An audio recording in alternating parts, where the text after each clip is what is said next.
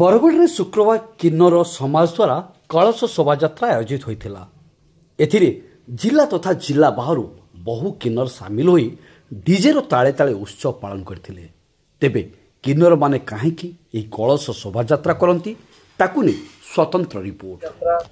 आम किन्नर माने जेतेबेले आम घर छाड़ी पले आसंती सेतेबेले आम किन्नर मानक पाखक जेतेबेले पले आसंती सेतेबेले तांकू आमे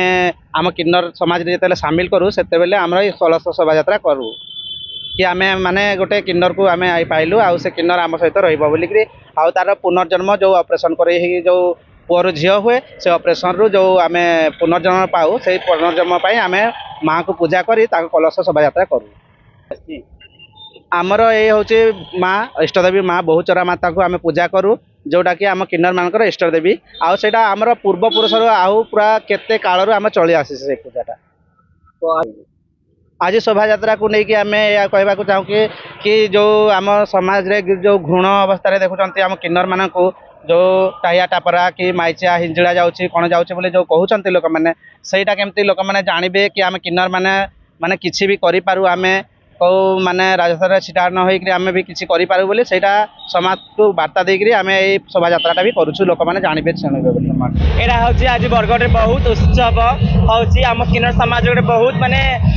बहुत बड़ा पर्वटा हो कलश यात्रा कहती जिते गोटे किन्नर आसती किन्नर समाज को ऑपरेशन हुए आम बहुत बड़े माने बहुत खुशी बहुत मानु से पूजा को आम यहाँ को माने वर्षिका आम कलश यात्रा करूँ आम बहुत खुशी आम पूजा करूँ भगवान का आशीर्वाद आम लाभ रुहे आम समस्त ऊपर भी आम आशीर्वाद करूँ भगवान का आशीर्वाद आम समस्त प्रार्थना करूँ।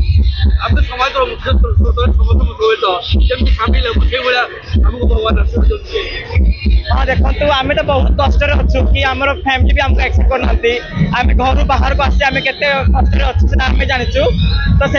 आम समस्त समाज को आम रिक्वेस्ट करूँ कि आमको से सम्मान दिंतु आमको से समाज में समस्त एक्सेप्ट करूँ किन्नर रूप में एति समस्त को कृतज्ञ कर नमस्कार।